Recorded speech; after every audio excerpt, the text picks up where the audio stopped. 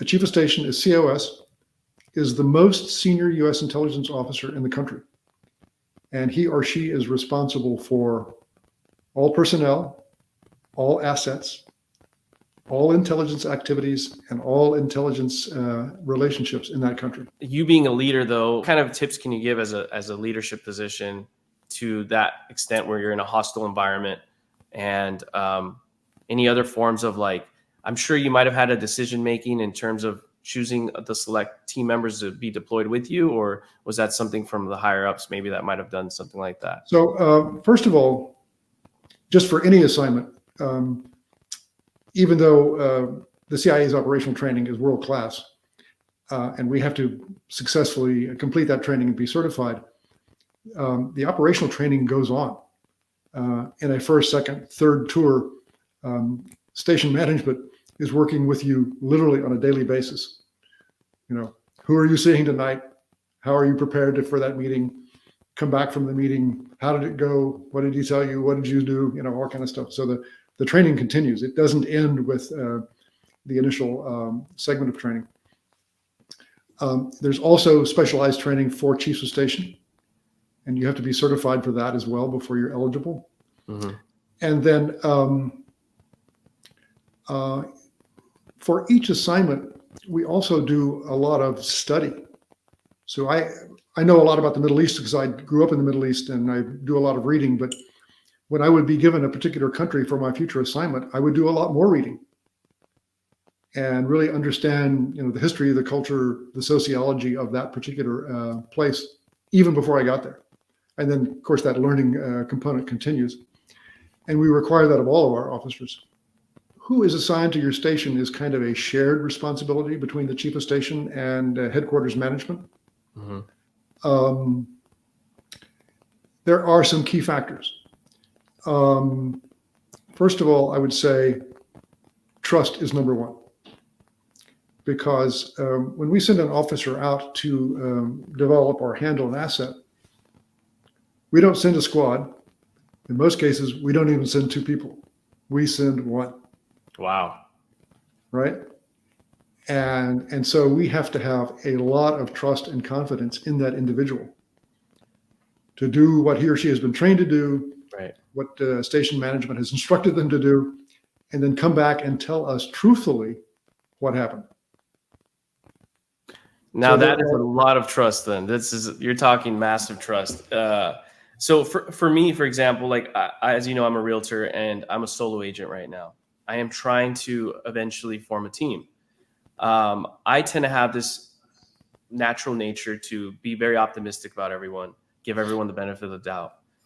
But at the same time, I always try and keep myself accountable and be like, well, a lot of people, whether they're good or bad, whether you believe in that or not, which I do, people are going to be going after their self-interest. So I try to tailor to their self-interest and find people and select them, go through questionnaires. And I'm kind of forming this process right now, like an interview process to eventually get people on my team. What kind of advice could you give someone like myself or anyone else that wants to get a loyal, trustworthy, competent individual on their team while you're the particular person like you were leading the group? Because I need to know this for my sake. So when I talked about the various generic skills that agency officers have, one of the ones that I mentioned was a real talent at assessing individuals and situations. And there is some training that we get in this category, but a lot of it's native. And being able to size up an individual, a situation, understanding them and their background and where they're coming from is an essential skill. And once you have it, you basically don't turn it off. It's always on. Okay. You look at a person's background, their motivations, why do they want the job? Clearly we have egos, but our egos have to be secondary to the service that we are rendering for the nation. We can't put ourselves first. We have to put the nation first. So if someone is too ambitious, or too self-serving, that tends to be a red flag for us. I But see. we always look at backgrounds, experience, what can they do? You know, later in my career, when I worked in the private sector, you always look at the resume. But I got to tell you, after the first job interview, nobody asks you where you went to school or what your GPA was. That's true. What they ask you is, what can you do? Yeah. And how Right. well can you do it? Right? Right. Because that's what you're looking for, is you're looking for skill sets and experience. And in a good job interview, the interviewer says, well, give me some examples of what you did and how you did it. How did you solve that problem? Right. I think I wish I knew the acronym, what it means, but SMART. it's called the STAR technique, Oh, star technique. right? Yeah. Are you familiar with it, Chris? I've been through a couple star interviews before.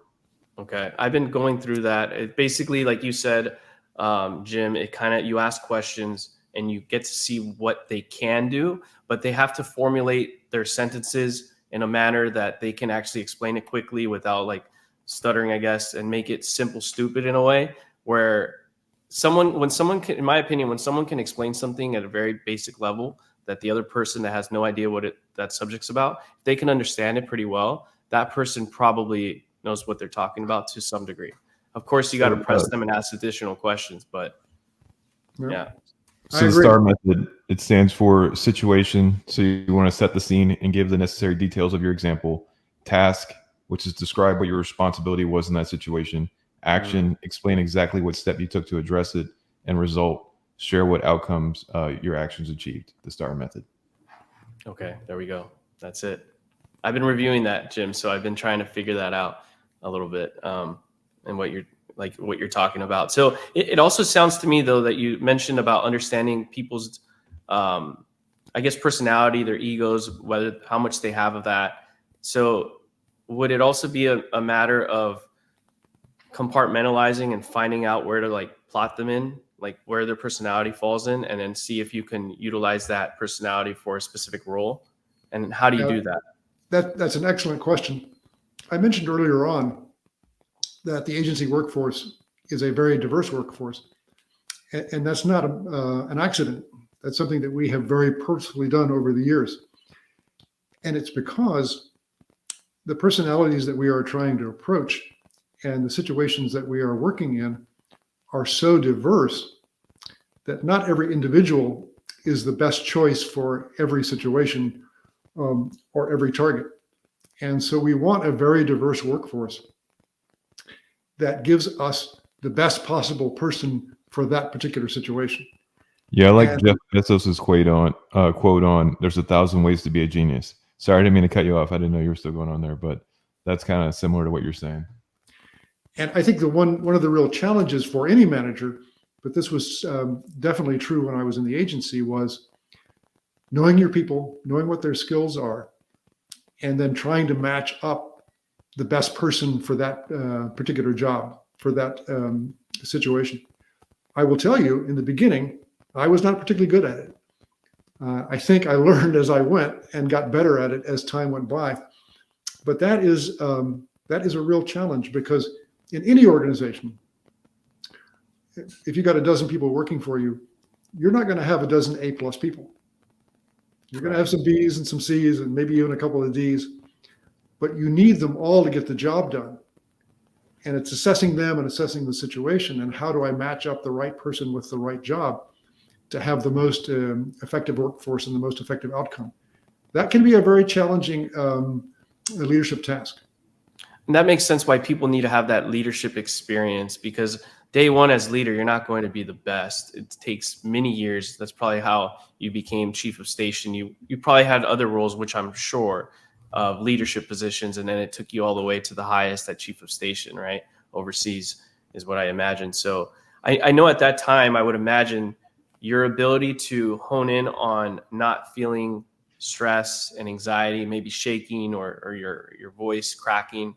I'm sure you went past that and got through it by the time you were chief of station. But at the point where, at the very beginning of your career doing clandestine work, what kind of tips can you give, someone like myself or Chris or people listening and watching to be able to overcome those stress indicators that people can essentially see. Because me, myself, I have situations all the time where I have to show a house where I don't know much about the house sometimes, and I have an audience watching every word I'm saying, and they're seeing my body manners of what I'm doing, and it can be very, very difficult. I've learned a little bit of what to do. And number one is preparation, but sometimes you don't have preparation. So what can you share? Well, really good training and certification help. Preparation really helps. Experience helps. So you got to have a first job at some point, right? Right. But you learn from your mistakes. You learn from your mentors. You tuck all those lessons away and you apply them appropriately in the future. I've also got to tell you that my secret weapon is my wife. She is very, very smart.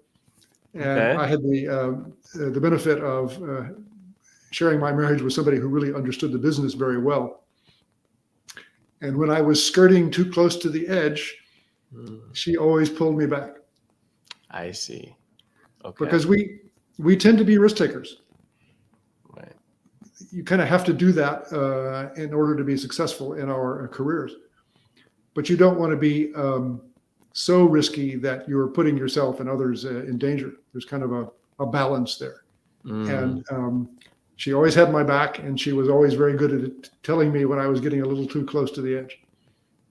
Interesting. So I'm having the reverse situation right now. I've always been a very big risk taker in my career. Starting with the tech company I started, to becoming a realtor, and then dating my then girlfriend, who's now my wife. And I was a big time risk taker, right? But now, as I've gotten older and we're married 1 year now, I've taken that risk back, that risk factor way back. And she's telling me that, I guess this is the beautiful thing of having a wife too, with the great communication as you did as well. She's saying you need to start taking more steps, advance your steps on risk. So I guess it's a dance where you got to know where to sway a little bit, right? So in our careers, of course, particularly if you're in a very difficult environment, the risks can be very high. Right. Yeah. I'm not going to end up hurt, at least. There are significant risks to your assets. There are significant risks to yourself and your family, to your coworkers. So there's got to be a balance between risk taking and good security. Later on in my career, we were setting up an initial basically tech startup inside the CIA. And the guy that I was doing it with was a senior scientist from Sandia National Labs. And we were just getting acquainted and having those initial get acquainted conversations. And he said, well, what are some of the biggest risks that you face in your career? And he had kind of technical risks in mind, like losing a capability. And I said, getting killed. That's crazy. That is scary. Yeah. So that's what I'm talking about. That's why we're so glad to have you on, because you've toed the line on that risk tolerance that can get you killed if you go too much, unfortunately. So you're like the best person to ask. We could ask a businessman, chief of whatever, it could be CEO, but at the same time, they're not going to go through the gravity of a consequence that you can, right? So I think that's yeah. Thank you. So toward the end of my career, it was my privilege to serve as what the CIA called at the time the chief of our Near East and South Asia division. So that was the entire region of the Near East and South Asia. So given any given day, there were like 25 or 26 stations and bases in that area. And I was in charge of the entire organization. So there were a couple of things that I did in getting to know people along those lines. Like when we had people that had just graduated from training and were joining the division, I had at least a half an hour conversation with each one of them. And I said, tell me how you got here. I want to hear your story. I see. What was your journey from, to here? Because I want to know you as an individual. Right. I guess it's a good form of orientation for them and for you.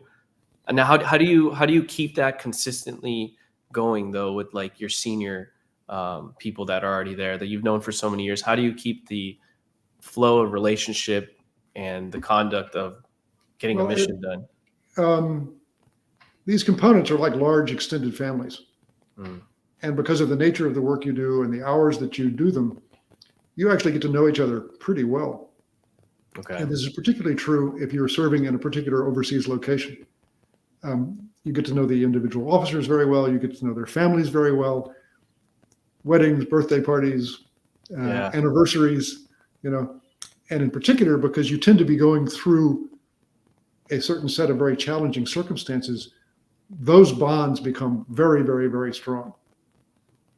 So I would say that over a career, because I served almost my entire career in the Near East and South Asia Division, I got to know those people and they got to know me pretty well. Right. And that's why I spent time with the new entry on duty people, because we hadn't gotten to know them yet. We were just getting acquainted. I see. So I guess that's where the loyalty aspect really gets firm, because you become like to a degree of family. But where do you toe the line where your privacy with you and your wife and your family needs to be separated from your colleagues, where at many times you're constantly with them, you're going to the birthday parties, as you said. There's other, jobs in business where you work so long that your colleagues become like your family in a way too. You go out to eat with them, you have your wife come over, meet their wife or whatever. How do you know when to separate? Well, it's kind of common sense. Is it But I got though? to tell you, given the nature of our work, particularly Uh-huh. if we are in a hostile environment, the chief of station does have to be a little bit nosy. Has to be a little bit what? Nosy, Oh, that because makes sense. the welfare, not just of the officers who are on the station, but the officers' families, is part of your responsibility. Because if Mm, something goes wrong, either with an officer or a family member, I didn't think of that. you're going to be dealing with that situation. Right. So, I mean, I never wanted to know anything about, their intimate relationships, but I wanted to know that the family was okay. Okay. That's a lot to oversee then, because you're talking about the family members that aren't CIA or NSA that are going to impact you, unfortunately, if they make the wrong choice of doing something. How did you live up to that stress though? Like, how were you able to go to bed at night? Because I would feel like there'd be complications going to sleep at sometimes, thinking Well, of all the potential issues. it's an important part of the job. Uh-huh. You have to do that well in order to have a good organization, a healthy set of individuals working with you. If you don't, you've got all kinds of issues that you end up dealing with. Mm. When it was my privilege to serve as the chief of the Near East and South Asia Division, we would actually hold annual chief of stations conferences. And I would give a charge to the chiefs of station before we broke up at the end of the several-day conference.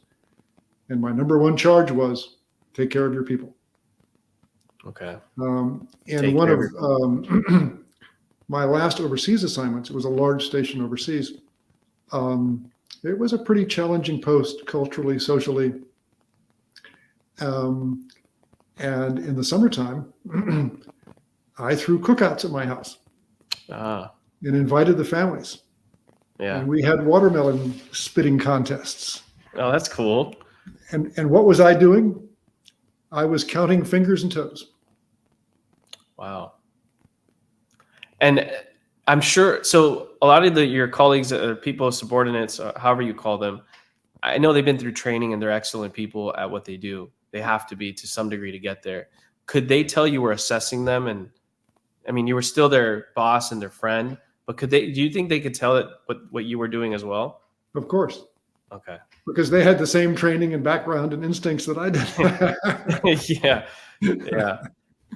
Does Okay. it get difficult? I've been thinking about a lot of this while sitting here, but you're trained as a CIA officer to lie in case to prevent anything bad from happening to you, right? Is that a fair assessment?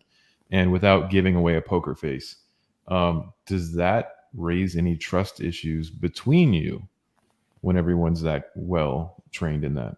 Oh, that's a good point. I don't think so, because I think, inside the compartment, we're pretty open and honest with each other. Again, because we have to rely upon each other so heavily for each other's security and welfare. Again, it comes back to that trust thing again. You can make a lot of mistakes. The one mistake we cannot abide is you're lying to us. Okay. And so the trust factor is really, really important. And being fairly transparent with your coworkers is part of that. So then you have to be vulnerable with each other to some degree. Is that what I'm understanding? Yeah. Honor is a large component of it. Yeah. Now, would you recommend, like, obviously we're not CIA, but like if we have a team, should we be vulnerable with them, our subordinates, and should we do it in a setting with a big group or more on the individual scale? And how much vulnerability should you share as a leader with the other person sitting across the It table? kind of depends on the size of the component. In my early days, I was in fairly small components, and it was pretty easy to get to know everybody fairly well and quickly. As you rise in seniority, you tend to be in charge of larger and larger and larger components, and therefore doing it all together at once gets to be a lot more prohibitive. So you have to do it in smaller groups. Okay. Yeah, that makes sense, because I definitely like to show my sense of my human side too when I'm meeting with people, especially if I'm going to have a team member or partner work with me in my job. I always tell them kind of my weakness and why they're there to kind of overcome that weakness for me. For example, a lot of people think I'm very outgoing, an extrovert. I'm really not. My wife is. I'm not. I don't like public speaking. And I can do it, and I can do it okay, but there's a lot of preparation when I have to do it. At least I try to. So I try and have someone else on my team, per se, or partner, that can do that public speaking for me, and I can just sit back and relax a little bit more comfortably. So, I mean, that's true of every individual, and it's true of every team. okay. And what you want to do is to have a group of people with different skills, where a particular person can take a lead in a particular area where that person has strong skills in that area. Do you need to ever share, though, as a leader, what you don't have? I guess you could say what personality trait you may be lacking a little bit, and remind the other person why they're there to overcome that, or is that not necessary? With coworkers, it never troubled me at all to be fairly transparent. Okay. Good. So CIA operators are very transparent with one another. With one another. Okay. I wasn't sure if that was the case, but it makes sense now the way you put it. So thank you. Yeah. I mean, you can imagine if you're in a very hostile environment, the difficulties placed upon you and your coworkers are enormous. Yeah. And you just have to be able to rely upon them and their judgment and their abilities and their trustworthiness to succeed. Yeah, I guess it's kind of like you really are a family out there then, because you're all watching each other's back. It's like in the military or law enforcement or firefighters. I can see that.